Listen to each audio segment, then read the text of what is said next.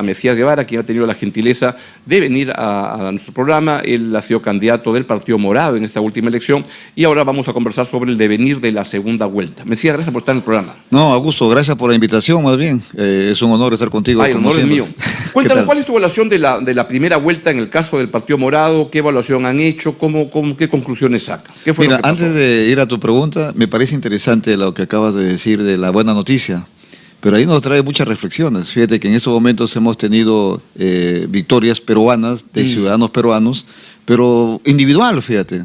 Lo interesante sería, pero muy poco éxito tenemos en equipo, por ejemplo, trabajo en equipo, pero ojo, pero sin embargo nos debe llevar a reflexionar. Nos va mejor en el ámbito individual y que son esfuerzos que a veces son como muy particulares, ¿no? Pero sí, no como parte de una política estatal. Aunque algunos sí tienen un apoyo del Estado.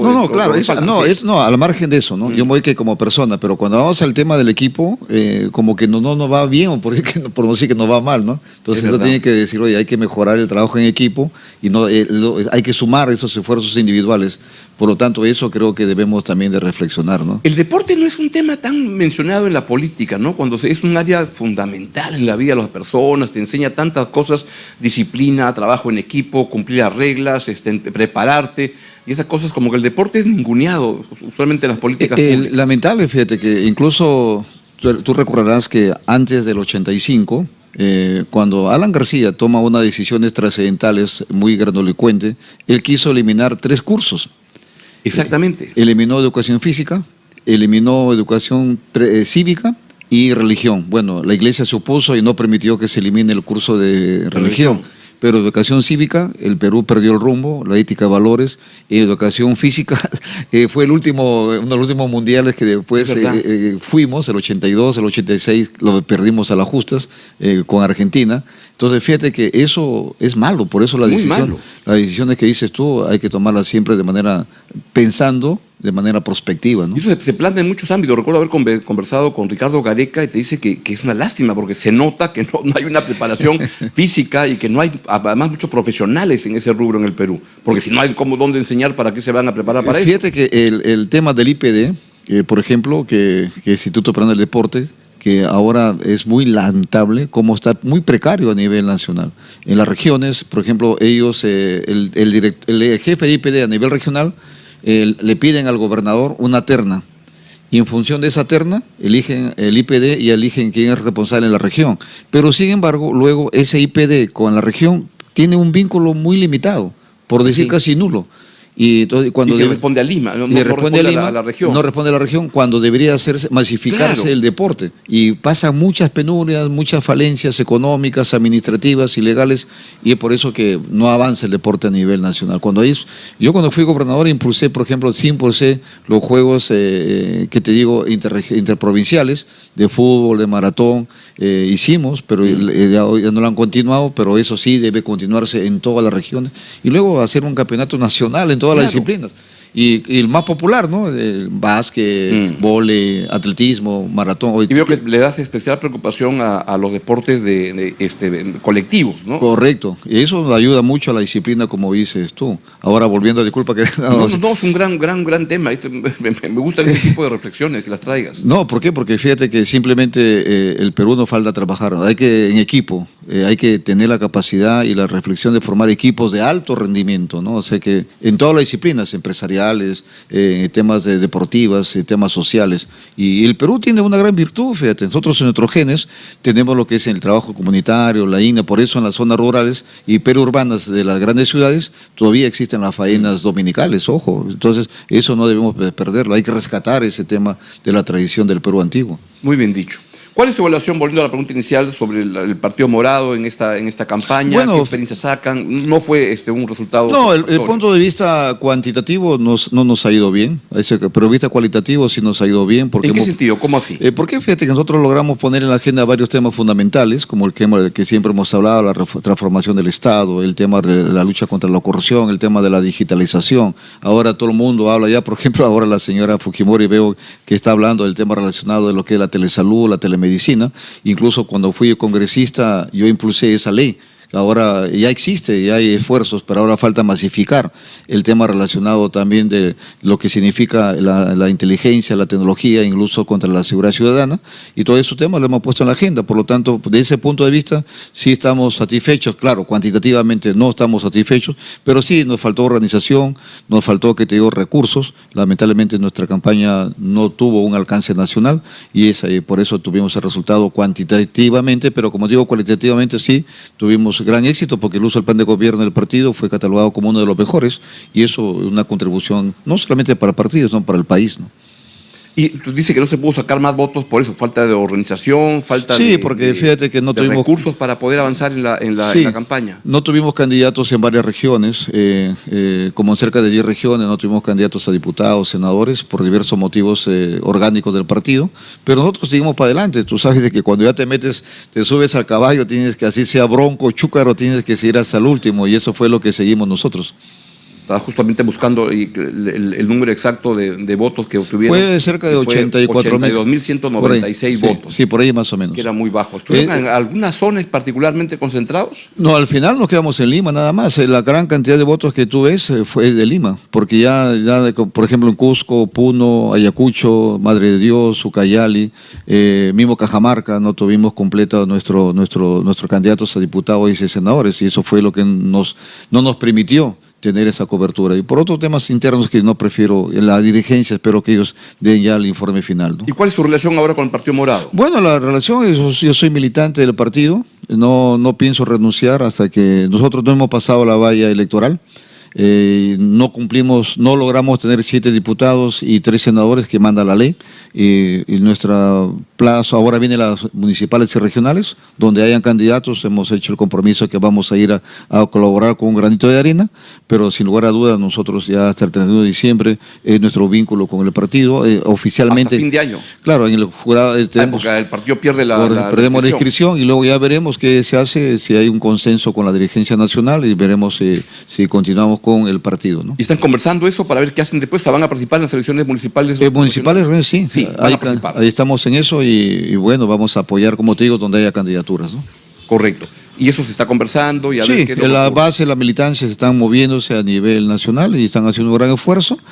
Y eso es bueno, porque le damos actividad más que al partido, a la actividad democrática del país. ¿Francisco Sagasti sigue vinculado al Francisco partido? Sagasti estábamos en las mismas condiciones, sigue vinculado, seguimos coordinando, pero él también está en sus temas de conferencista a nivel internacional, claro, y hay que reconocer. Y además él tiene un tema que sigue siendo perseguido, y incluso su proceso está en el Poder Judicial, es algo que yo lamento que en el Perú sigamos en esa persecución política. Es terrible, la verdad.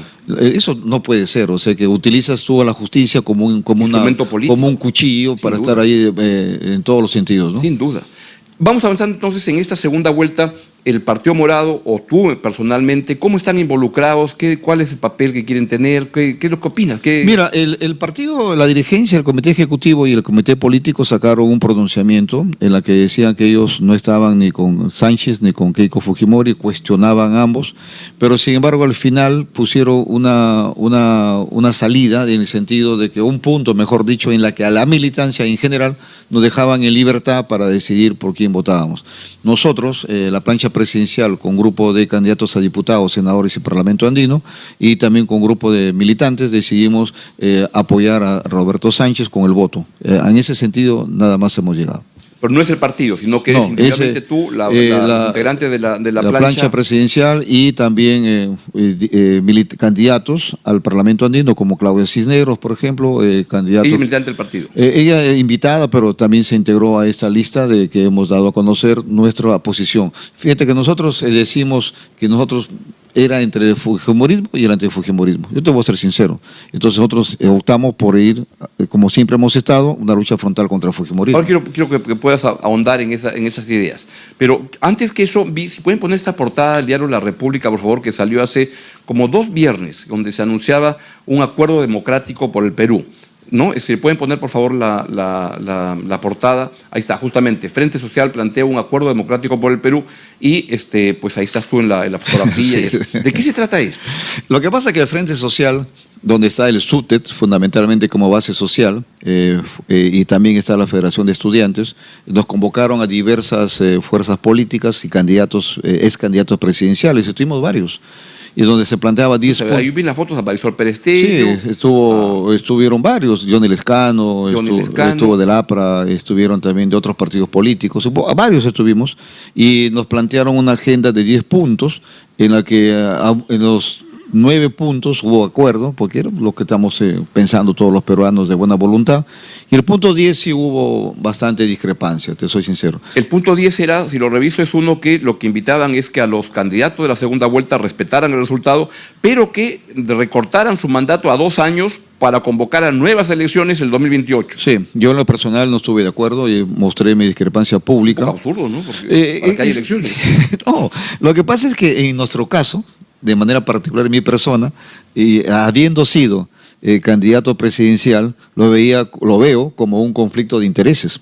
Es decir, y por otro lado, lo veo como una irresponsabilidad, porque sin conocer los resultados vas a ya adelantarte algo que no debe ser. Entonces yo planteé ese día y entiendo que ya se cambió, o sea que ese punto ya se cambió. ¿Y a quién se le ocurrió en el grupo esta? Bueno, al Frente Social, alguien dentro nos plantearon eso, y nunca le dijo, este punto no estoy de acuerdo, de entrada. O sea, voy a ir, dije, a la reunión a dar mi posición, porque qué bueno. Y yo fui, mi declaración salió en Exitosa, incluso en diversos medios, y ¿cómo yo voy a estar de acuerdo con eso? En primer lugar, soy demócrata, tengo que aceptar los resultados en primer lugar. Normalmente, ¿no? Porque el problema es de que si no te gustan los resultados, es pacto mafioso. Si no me gustan, está bien. Si no me gustan, pateo el tablero. Y si no, también. Entonces... No, eso se llama coherencia, ¿no? Tú lo conoces, entonces tienes que ser coherente con lo que dices y con lo que haces. Pero ¿a quién en el grupo se le ocurrió? ¿A cualquiera ahí? Porque es una idea bien, ¿no? Dice, y que consista un proceso de recuperación de legitimidad democrática que consiste en recortar su mandato a 2 años, reformar las leyes políticas, adelantar las elecciones presidenciales y congresales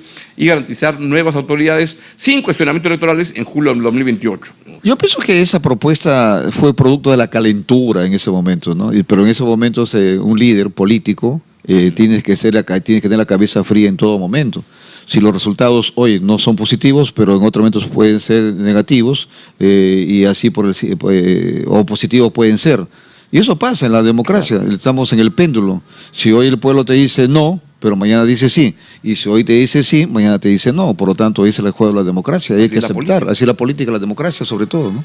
Entonces vayamos entrando a la segunda vuelta. El partido ha dicho que queda en libertad. Nos dejan libertad. No toma una posición, pero tú como integrante de la plancha, junto con los otros integrantes de la plancha, ¿que son quiénes? Son Eber Cueva, un doctor distinguido allá de Arequipa, y la licenciada Marisol Iñá, que es una distinguida enfermera, muy experta en políticas públicas. Nos reunimos y dijimos, no fácil, ¿no? Porque tuvimos que analizar todo.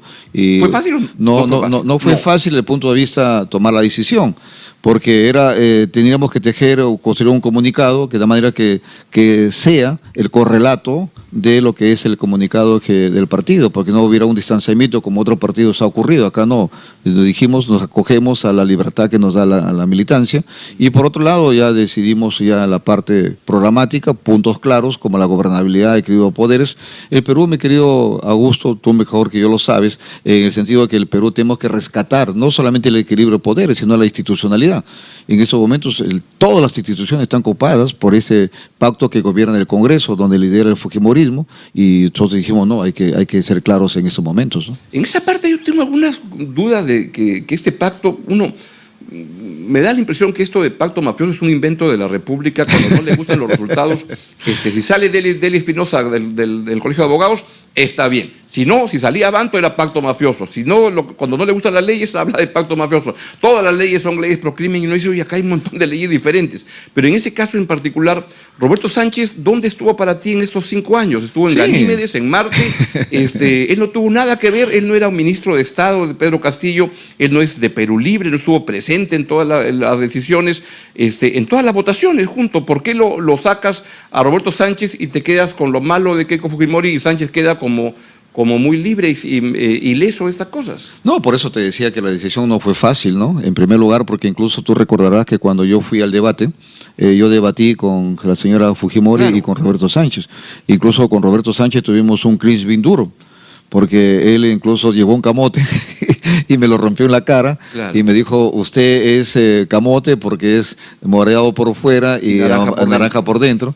Y yo le dije, oh, discúlpame, tú eres un Judas, ¿no? Entonces fue un cliché bastante duro, por eso te decía que no fue una decisión tan fácil. Ahora, si nosotros analizamos... Que más o menos es algo que se repite en el caso de Sánchez, ¿no? Lo consideran un Judas, la palabra lealtad no existe.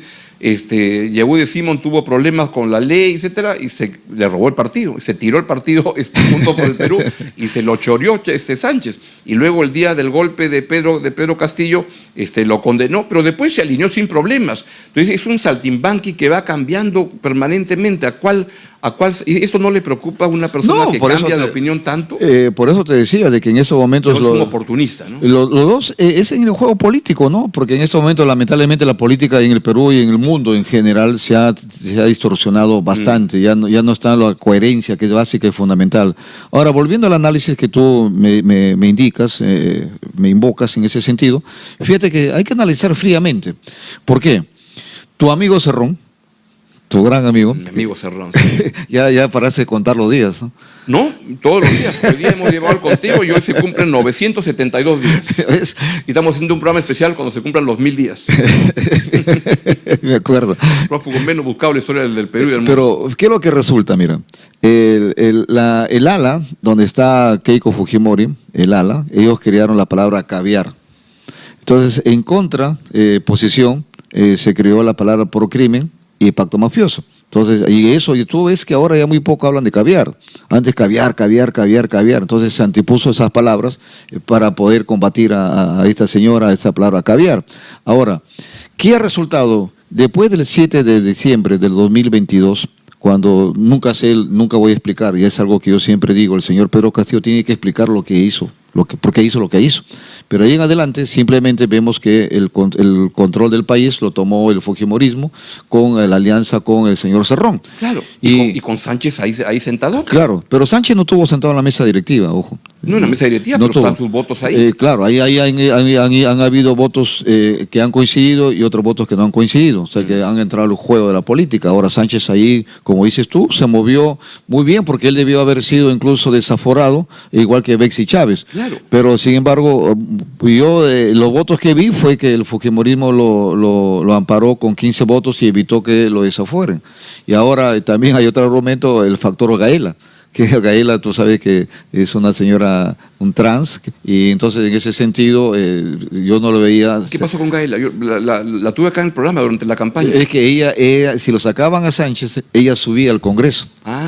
Y entonces tú te imaginas sentada en medio de Cueto y de Montoya a Gaela. No. Sería problema de Cueto y de Montoya. Pero ellos nunca sentirse mal con un trans. Por eso no lo aceptaron. Yo lo invité acá. Yo también. Un día a dos trans, un trans de derecha, un trans de izquierda, que era Gaela. Y la verdad que fue un debate interesante. No, son personas inteligentes, pero sin embargo tú y yo aceptamos eso, ¿no? Porque no tenemos por qué discriminar a nadie por su opción. Obviamente. Pero ellos no. Esa ala conservadora prefirieron mantener a Sánchez. Es como igual también ahora ante la salida de Bermejo no han aceptado a la otra señora que debió haber entrado, ¿no?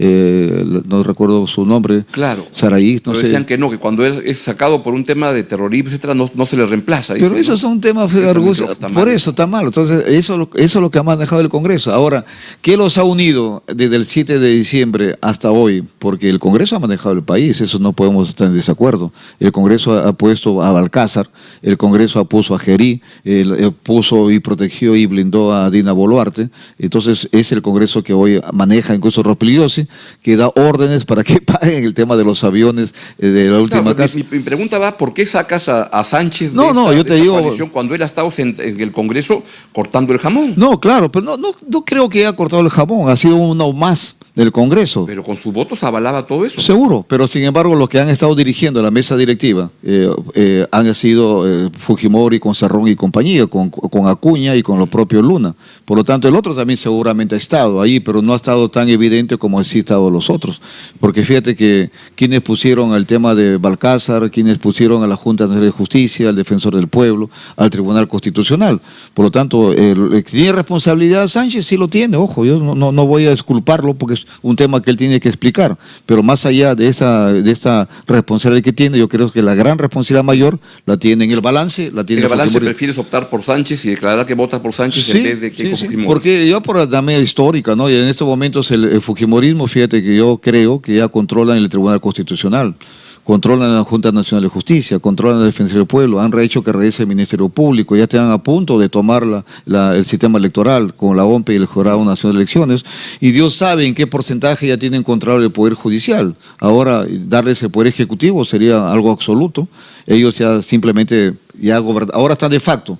Si este domingo se le da el triunfo a la señora Fujimori, ya se le daría el gobierno abiertamente, ¿no? Pero vas a votar por Sánchez. Yo quiero preguntarte si hay cosas que te preocupan ahí. Estos cambios de planes entre un plan de la primera vuelta y el de la segunda vuelta, donde la primera decía que Julio Velarde es un sinvergüenza y que lo iba a echar, y ahora cambia de opinión, que los TLCs los iba a cambiar y ahora ya no. ¿Te preocupa saber cuál es el verdadero Sánchez? Lo que pasa es que, fíjate, que es una pregunta muy buena.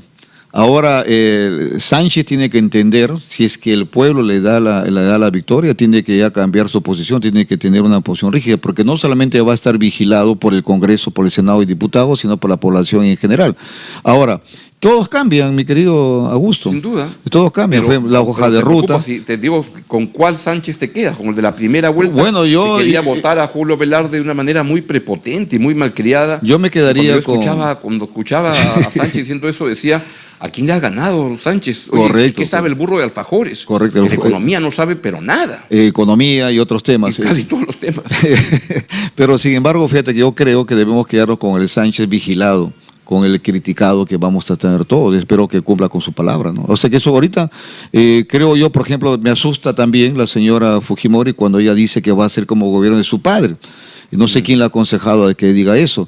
Cuando habla, por ejemplo, de regresar el PRONA, cuando habla de regresar el tema de Pronamás, que tú sabes que Prona fue eliminado simplemente porque ese programa fracasó, Pronamás que fue desvirtuado. Ahora ambos, por ejemplo, uno dice que va a construir 5.000 colegios y el otro va a 500 policlínicos, cuando el policlínicos que está a cargo de Pronis y el otro de Proni, ambos han fracasado, por lo tanto no están teniendo una visión general de lo que significa el tema del Estado.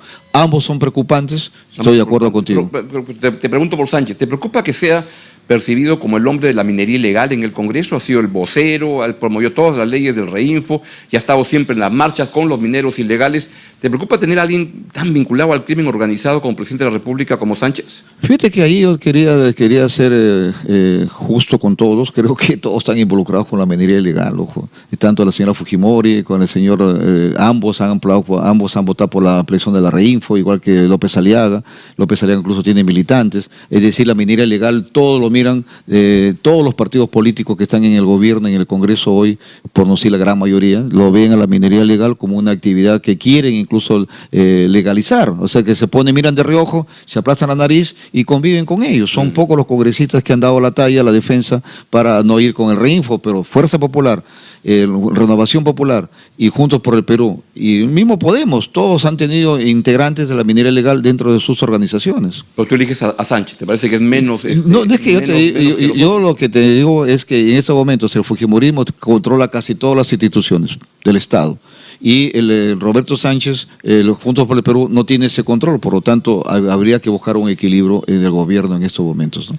Y la otra pregunta ahí en esa línea que quería preguntarte es el vínculo de Antauro Humala con Roberto Sánchez, que hablaba incluso de que iba a ser su ministro del Interior y ha caminado por ahí, y siento que cuando Antauro le dice: yo te he conseguido la mitad de tus votos, ¿no te preocupa esa vinculación? Mira, yo a Antauro Humala lo veo como una persona que creo que ha leído tanto en los años que ha estado en prisión, que se ha confundido. O sea, si tú lo ves, parece que tuviera en la cabeza un avispero, ¿no? O sea, que dice cada cosa, que luego él mismo dice, no, se vende como una persona de izquierda, pero dice, no soy izquierda. Más parece una persona fascista, ¿no? En el sentido que dice... Él decía que era el Bukele peruano, ¿no? Se cree el Bukele peruano, se cree también el nacionalista duro y puro, cuando en ese momento ya el chauvinismo no tiene lugar. Por lo tanto, yo creo que, fíjate que siempre ha existido la frase que se gana con la izquierda para gobernar con la derecha.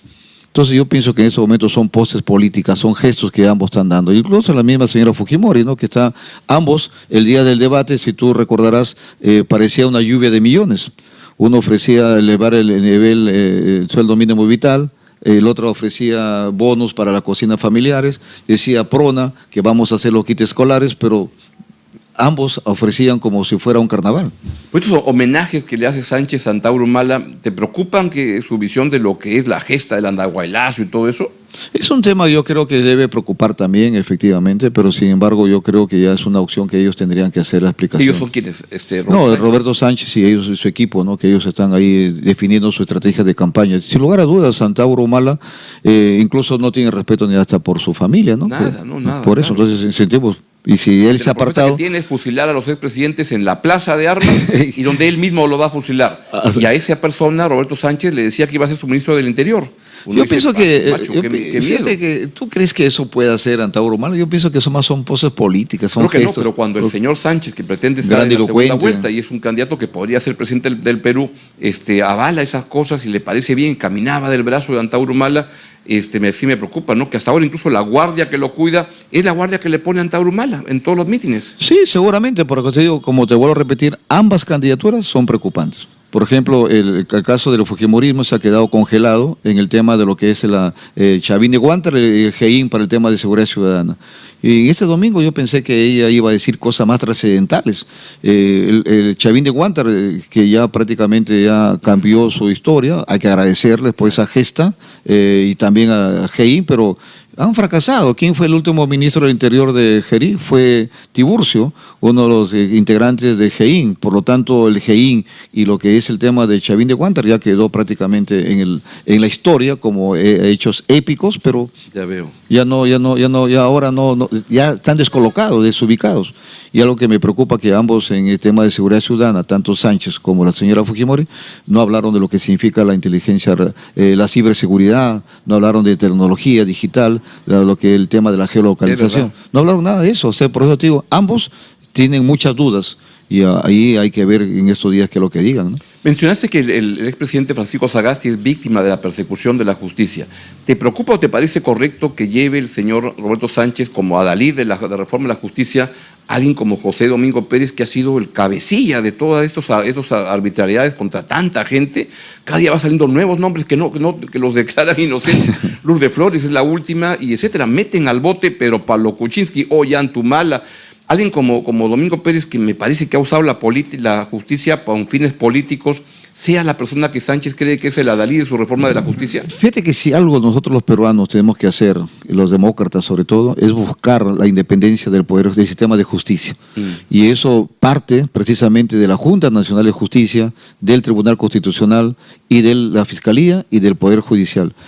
Eso, fíjate que hay que sospechar de aquellos políticos que quieran controlar el sistema de justicia. Pero Sánchez, ¿no te parece que es una cosa, en este caso tú estás votando por Sánchez, pero Sánchez es alguien que avala a Domingo Pérez, que es un ejemplo de cómo usar la justicia para fines políticos? Sí, ahí también están empatados, ojo. Por un lado Sánchez tiene a José Domingo Pérez, como bien lo dices, pero por otro lado el fujimorismo tiene al Tribunal Constitucional, tiene la Junta Nacional de Justicia, el Ministerio Público. Claro, lo que te pregunto es por qué optas por ese caso. Porque en ese...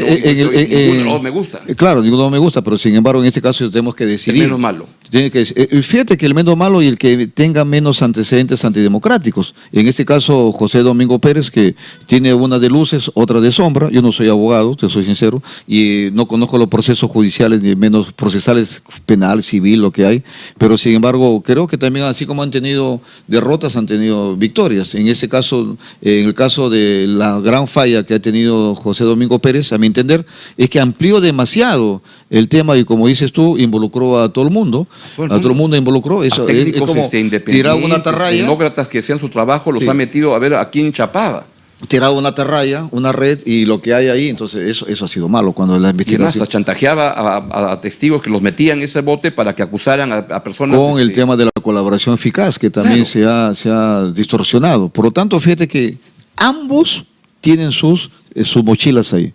Por ejemplo, este señor fiscal, no sé qué piensas de Tomás Gálvez en este momento, que para mí ha sido rescatado por el Tribunal Constitucional. Y ahí hay un hilo conductor, Augusto, que es la impunidad. ¿Y sabes quién ha sido el gran artífice? ¿Quién? Para mí ha sido Cerrón. Cerrón ha sido muy hábil. Cerrón se convirtió en el gran pensador en el tema relacionado para controlar el sistema de justicia y garantizar su impunidad. ¿Y cómo lo hicieron? Primero, lo hicieron muy hábilmente. Ahí sería interesante hacer una cronología. Primero, pusieron como presidente de la comisión evaluadora para elegir a los magistrados del Tribunal Constitucional a Balcázar. Y Balcázar fue el que presidió y fue el que incluso seriamente cuestionado la elección de los magistrados. ¿Y por qué hicieron eso? Porque de ahí salía lo que era ya los que iban a integrar el presidente del Tribunal Constitucional, la Junta Nacional de Justicia. Ahora, la comisión para aprobar la Junta Nacional de Justicia. Y luego la otra movida fue que pusieron a Josué Rodríguez Gutiérrez como defensor del pueblo, que presidía la comisión que va a elegir a la Junta Nacional de Justicia. Entonces pusieron así sus alfiles, de tal manera que luego cuando ya fueron a elegir a los magistrados de la Junta de Justicia, ya tenían el integrante del Tribunal Constitucional, el defensor del pueblo y la Contraloría, que también lo pusieron. Por lo tanto, eso ha sido lo que los ha unido y ahora tienen resultados. Por eso la señora Fujimori ha sido, blindada por el Tribunal Constitucional. Y el mismo Tribunal Constitucional ha hecho que regresen muchos fiscales que han sido seriamente cuestionados, ojo. Tú te declaras como un antifujimorista fuerte, ¿no? En el debate, ¿no? Y ahora has dicho que optas entre los dos porque no te da ninguna confianza en el fujimorismo y no crees que se pueda rehacer, que pueda tener una segunda oportunidad. ¿Crees que eso está cancelado? Es más, yo considero que el fujimorismo de llegar al gobierno 7 de julio le da el poder. Yo pienso que ya entraríamos a la cuarta fase del fujimorismo. La primera fase del fujimorismo fue el 90. Y la segunda fase para mí ha sido la década del 2000 hasta el 2010, donde la señora Fujimori fue congresista, y hasta el 2016, y del 2016 al 2026 ha sido la tercera fase. Ahora estaríamos entrando a la cuarta fase. Y ojo, Augusto, si nosotros revisamos también la elección de diputados y la elección de los senadores, vamos a encontrar que han reciclado a la vieja guardia del fujimorismo, a aquellos que han sido congresistas en su momento. ¿Y qué piensas? ¿Marta Chávez? Marta Chávez, Moyano, ¿qué te digo? El propio Aguinaga. Aguinaga sin ningún desparpajo dice, oye, por si acaso, esto es un gallinero, le dice de salud, y ahora es senador elegido. Y muy hábilmente el fujimorismo también manipuló a Acuña y a Luna y a todo el Congreso, de tal manera que crearon lo que es el tema senador nacional y senador regional. De otra manera que ellos sabían que en muchos lugares han metido a senadores regionales, de los 20 y tantos que tiene, creo que 18 son regionales y 4 solamente son nacionales. Entonces, muy hábilmente, ¿quién cayó en ese juego? Cayó en ese juego Cerrón, Luna y Acuña, que al final el propio López Aliaga. Por lo tanto, el que muy hábil ha manejado ha sido la señora Fujimori, de tal manera que ahí también hay otra fuerza que peligra y preocupa. Las prácticas antidemocráticas son fatales, mi querido Augusto. Yo, en lo personal, el señor Roberto Sánchez también tiene sus cuestionamientos, pero no tiene ese poder que ya tiene. Y si nosotros hacemos una tomografía, un escáner, a todos los funcionarios públicos, a todos los ministerios, vamos a encontrar que hay muchos que son de Fuerza Popular y del APRA, ojo. Y el APRA y Acción y lo que es el fujimorismo están unidos, son la misma cara y sello. Claro. ¿Y cómo ejercer finalmente esa presión ciudadana o vigilancia, como le llamas, del señor Sánchez o de Keiko Fujimori, si que saliera? Tu opción en esta segunda vuelta es Sánchez, a pesar de que no niegas y no dejas de ver todos los problemas que trae. Sí, claro, es porque negar los problemas sería muy absurdo, ¿no? Sería negarnos. Claro. Y la segunda vuelta es hay que escoger. Hay que coger, porque claro. Fíjate, pero mira... Pero si ganara Sánchez, ¿cómo ejercer esa vigilancia ciudadana para que no tenemos que hacer una contención democrática. Domingo Pérez no haga lo que quiera, a través del Congreso, para que Antauro Humala no corte el jamón y se meta al Ministerio del Interior. A través del Congreso, uno a través de los senadores y diputados, que bancadas democráticas, que tenemos que conversar con ellos, a través del acuerdo nacional y por supuesto a través de las organizaciones sociales, colegios profesionales también. Los colegios profesionales creo que en este periodo que se abre tiene que tener más protagonismo también.